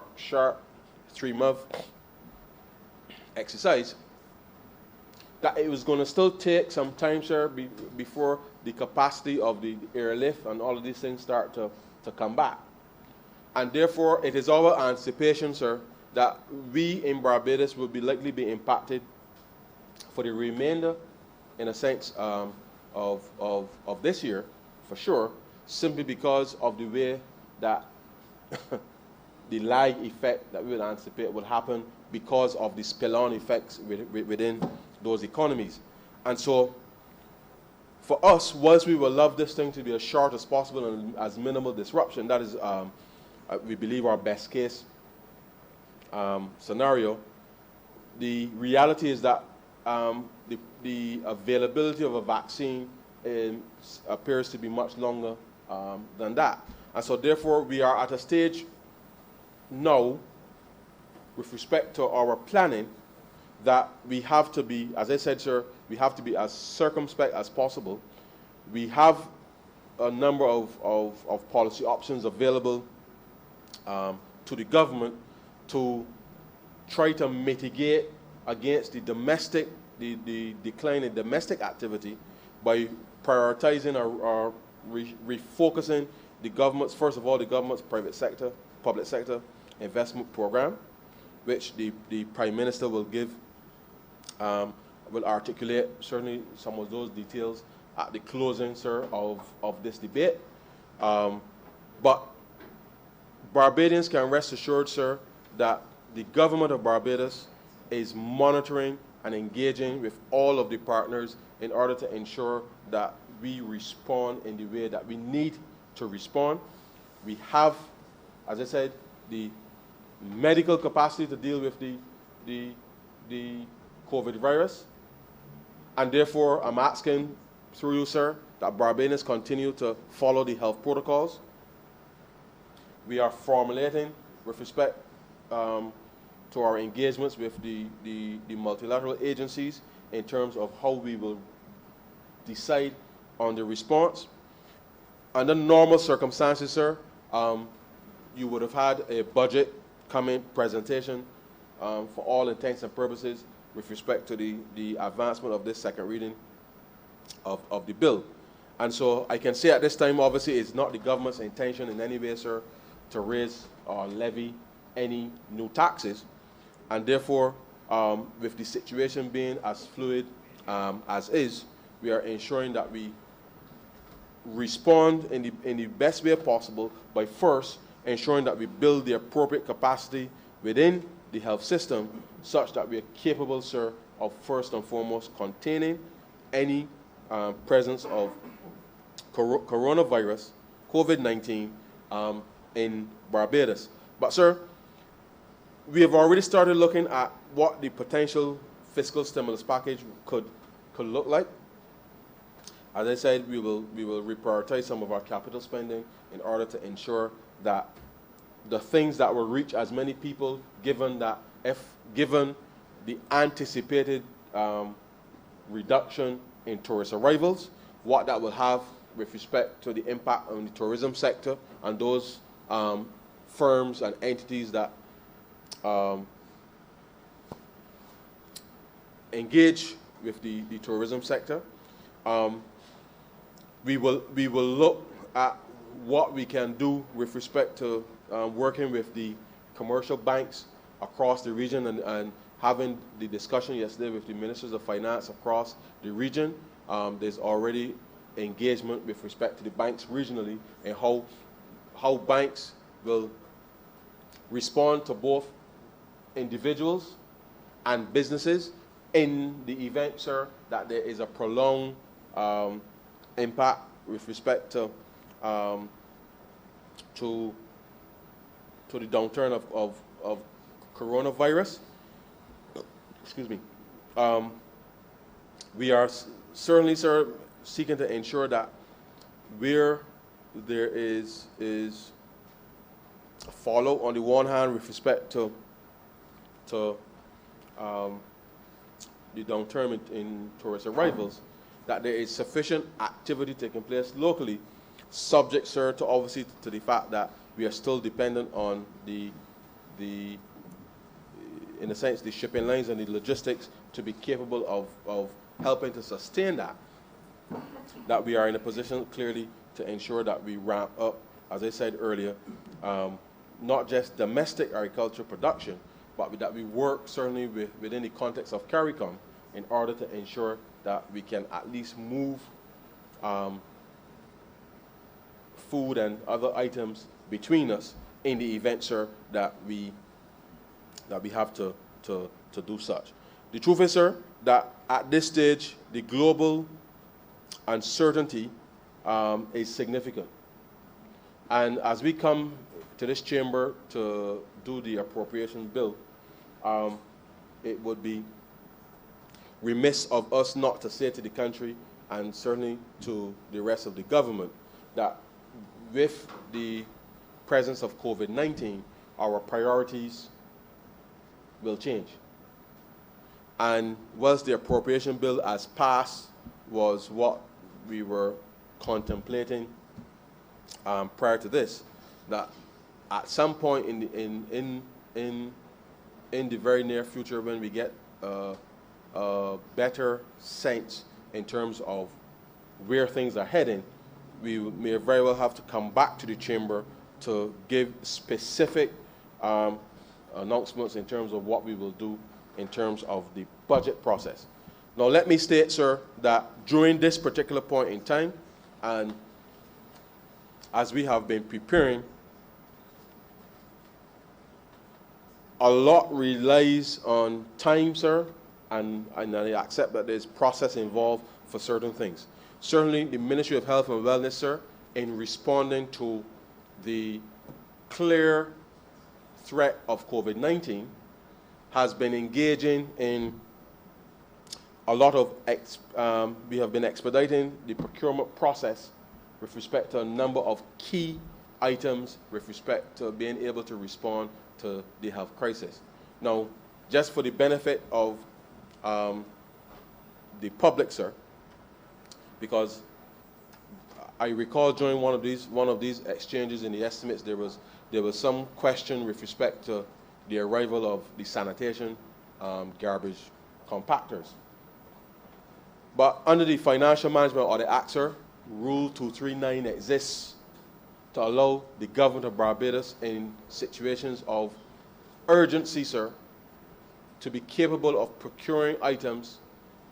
which obviously is required in a circumstance where facing a situation where the global supply and logistics chain of certain key elements, materials, goods, sir, could be compromised, that the Ministry of Health, certainly in responding to this crisis, could hardly have gone out there, sir, and put out a tender for 4 weeks or 6 weeks and allow people to reply to the tender and go through that process, which is what they would normally do in the normal procurement process. But in this scenario, in wanting to respond to not just the procurement of goods, but certainly the services with respect to being able to build the capacity with respect to the additional works that are being done to boost up the isolation and quarantine centers, that the procurement component on the use of Rule 239 to engage, to respond to the current crisis obviously is relevant, because you could hardly expect the government to go through a normal tender process for even something as simple, sir, as paracetamol, when people are announcing that they are no longer going to be exporting paracetamol. And therefore, in order to be capable, sir, of delivering and stockpiling as much drugs as they can to last for a 6-month period, that clearly you needed to be able to expedite that, given, as I said, sir, 3 months ago, certainly at the beginning of December, for sure, as we were all preparing for Christmas at that time, sir, that coronavirus was nowhere on the radar of anybody, certainly globally. And then obviously, as it has evolved into a global pandemic over the last 3 months, that certainly the Ministry of Health has had to respond to ensure that it protects the public health of Barbadians. And so the government will continue, sir, to do that which is required to be done to protect Barbadians. This appropriation bill that's before the chamber today, as I said, sir, is really a best case, absolute best case scenario with respect to what we would have been thinking at the start of this process. As it has evolved, we have made resources out of this year's budget already available to the Ministry of Health, the 2019-20 budget, to ensure that the Ministry of Health and Wellness is capable of responding immediately, sir, to prepare Barbados for the crisis. Where we need to boost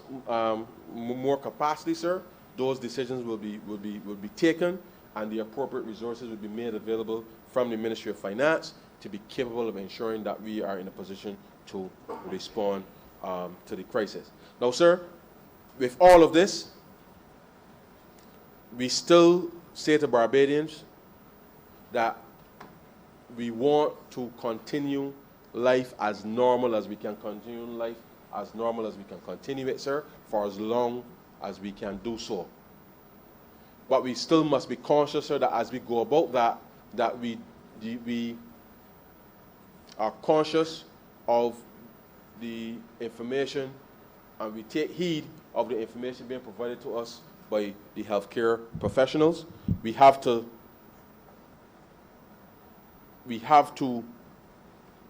in a sense, sir, monitor our own behavior. As I said, sir,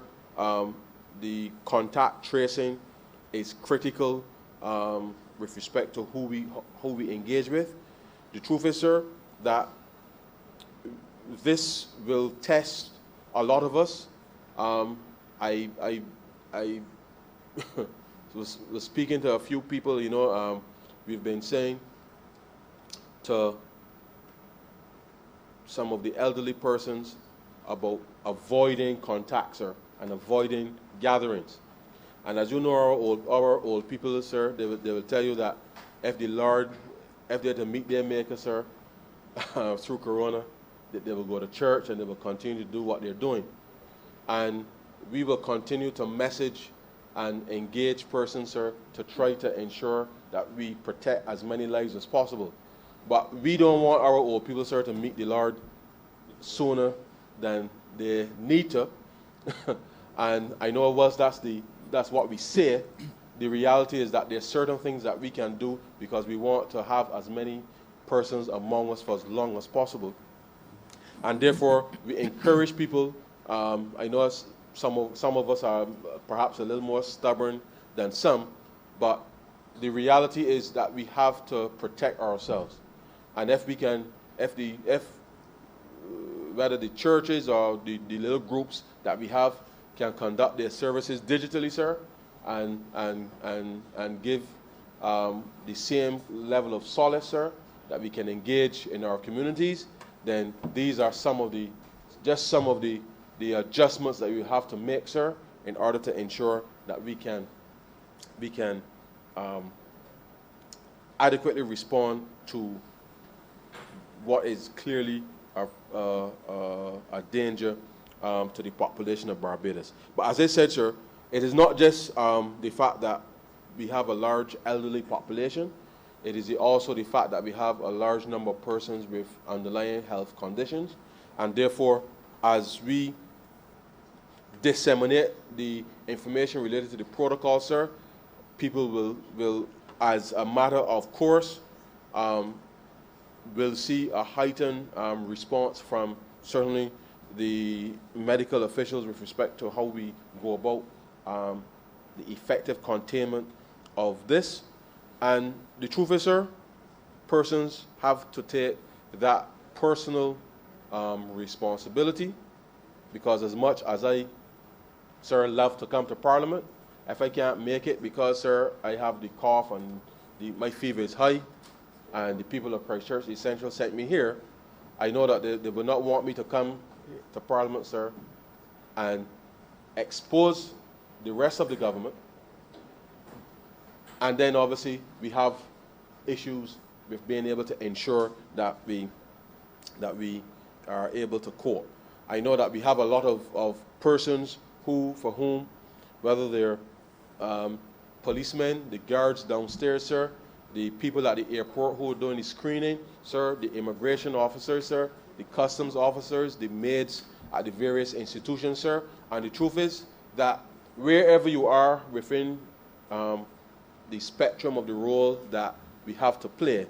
the truth is that all of us, sir, have a responsibility in being able to maintain a level of social cohesion throughout this process. And therefore I ask all Barbadians, sir, all Barbadians, that we have to follow the science, follow the protocol, sir, with respect to washing our hands. Let's do so as quickly, sir. Let's adopt the protocols, sir, as quickly as we can. Let's teach our children, especially, sir, about the importance of washing their hands regularly, because as you know, in our society, sir, one of the questions asked earlier in the session was the interaction between young people and old people. And the truth is, sir, that as we go about this particular passage with respect to the preparations for what is clearly a global pandemic, that the interactions within our homes, sir, the interactions within our communities between young people, older people,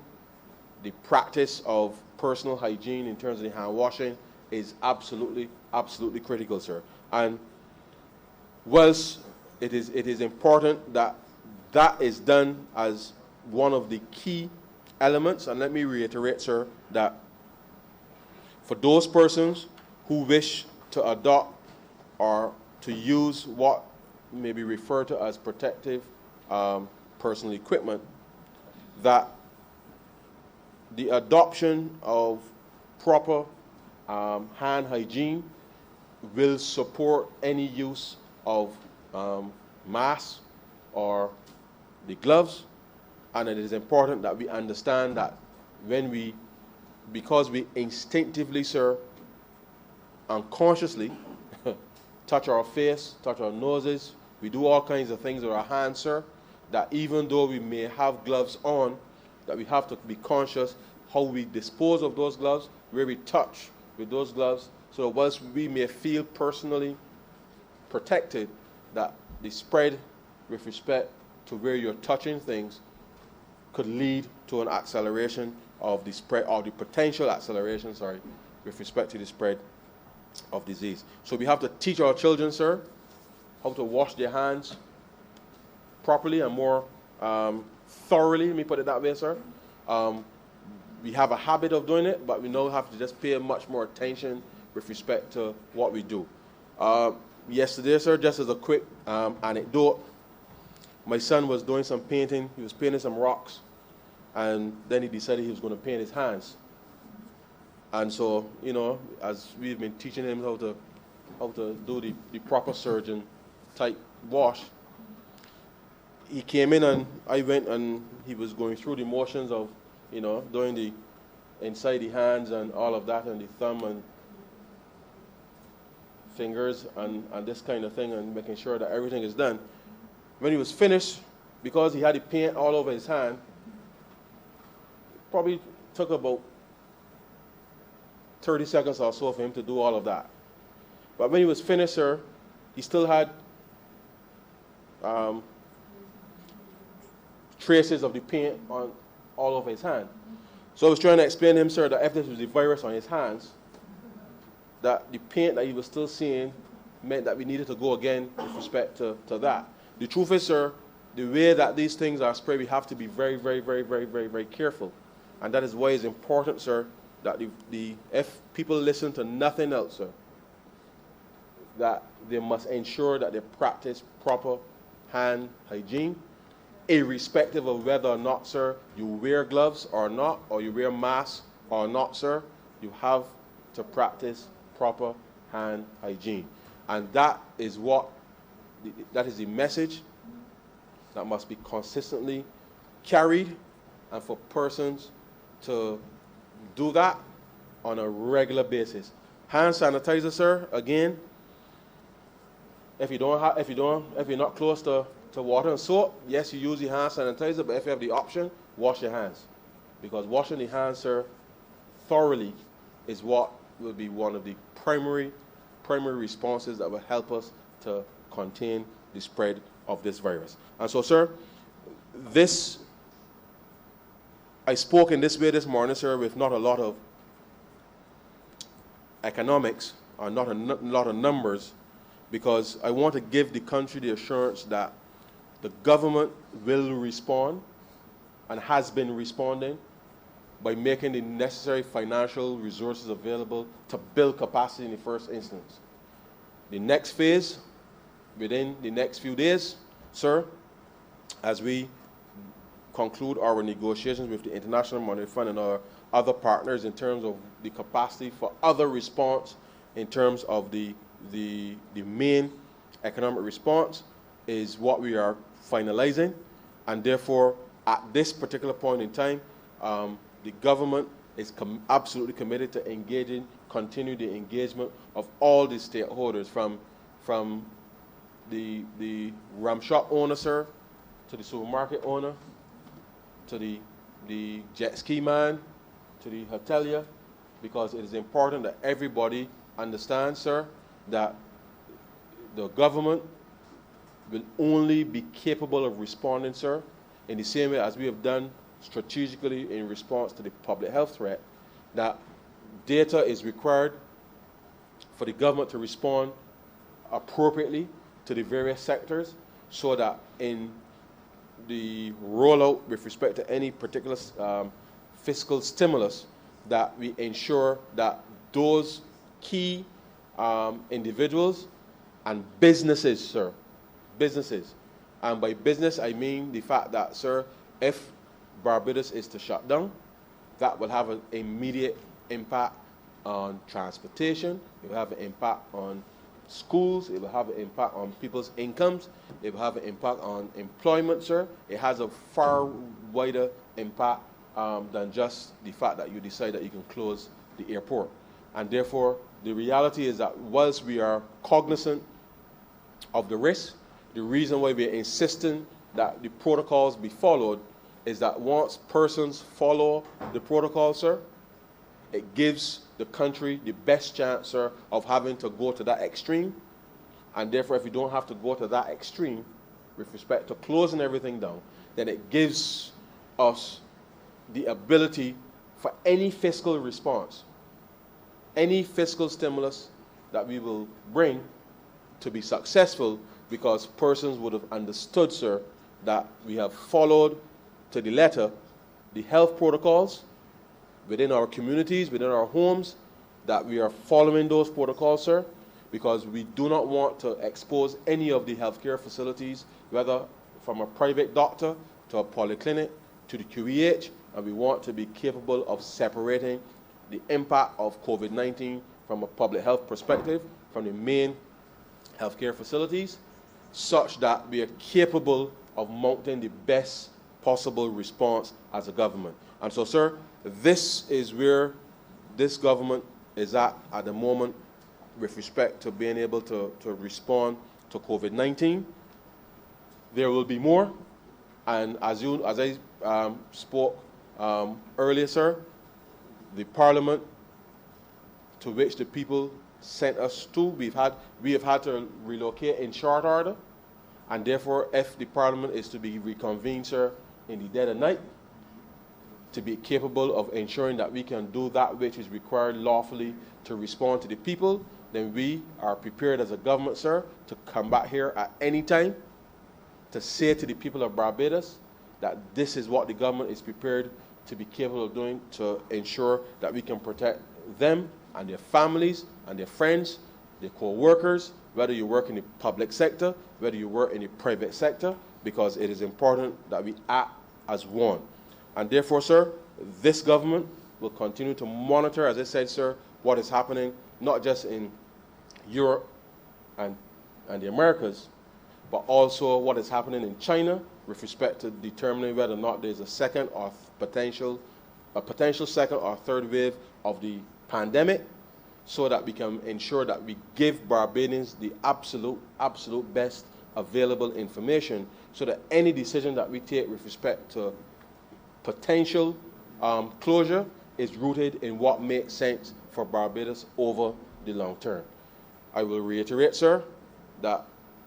from a personal perspective, people will make decisions with respect to their own personal protection, but I say to all Barbadians, sir, that if you wish to wear a mask or you wish to wear gloves in whatever environment that you're working in,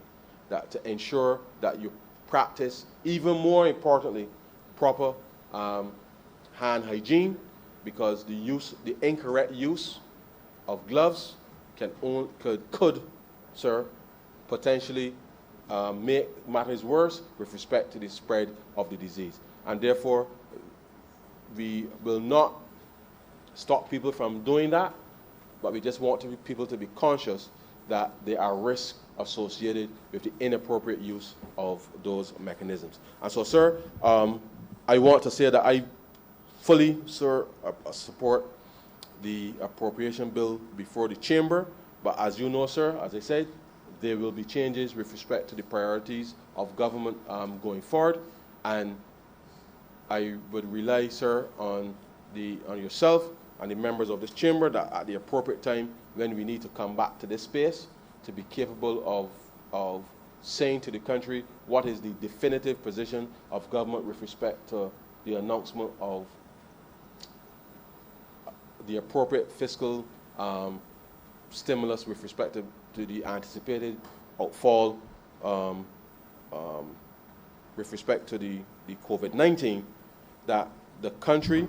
having given us the mandate in May of 2018, we have engaged under the leadership of the Honorable Prime Minister all of the stakeholders to date, and we shall continue to reinforce those engagements and those messages and say to all Barbadians that the Ministry of Health and Wellness has been on top of this since the beginning of the year. They continue to be on top of it. We have the capacity, sir, to deal with COVID-19, and all that is required now is for all Barbadians, sir, all Barbadians, to do what the medical professionals say. Forget the fear-mongering on social media. You will see evidence of screening taking place, which should fill you with confidence that the protocols are indeed working, sir. If and when there is a positive case of COVID-19, that will be announced with respect to by the Ministry of Health, it will trigger another stage, and therefore then persons should be acutely aware as to what they're required to do at that juncture. And the Ministry of Health and Wellness, sir, will continue to talk with people through this. All of us, sir, have to talk with our various stakeholders in order to ensure that we carry the same message, sir, as the Ministry of Health and Wellness. And therefore, knowing that we can rely, sir, on Barbados' rich history of a strong public health infrastructure, and that the government of Barbados, sir, and with the Ministry of Finance, will not spare any money, sir, with respect to ensuring that we can protect the lives of Barbadians. And then similarly, sir, that once the appropriate fiscal measures are announced, that once we have been able to effectively contain or manage the public health element as it relates to COVID-19, that it will give any fiscal stimulus, sir, the best opportunity for success, simply because we've been able to contain any potential public health outbreak. And so, sir, with those few words, I beg to move that this bill be read a second time. Thank you, sir. Honorable Leader for Government Business. Mr. Speaker, I beg to move that the sitting be suspended for lunch until 4 o'clock this afternoon. The question is that this honorable chamber be suspended until 4 p.m. today. All those honorable members in favor, please say aye. Those against, please say no. We think the ayes have it. This honorable chamber stands suspended until 4 p.m.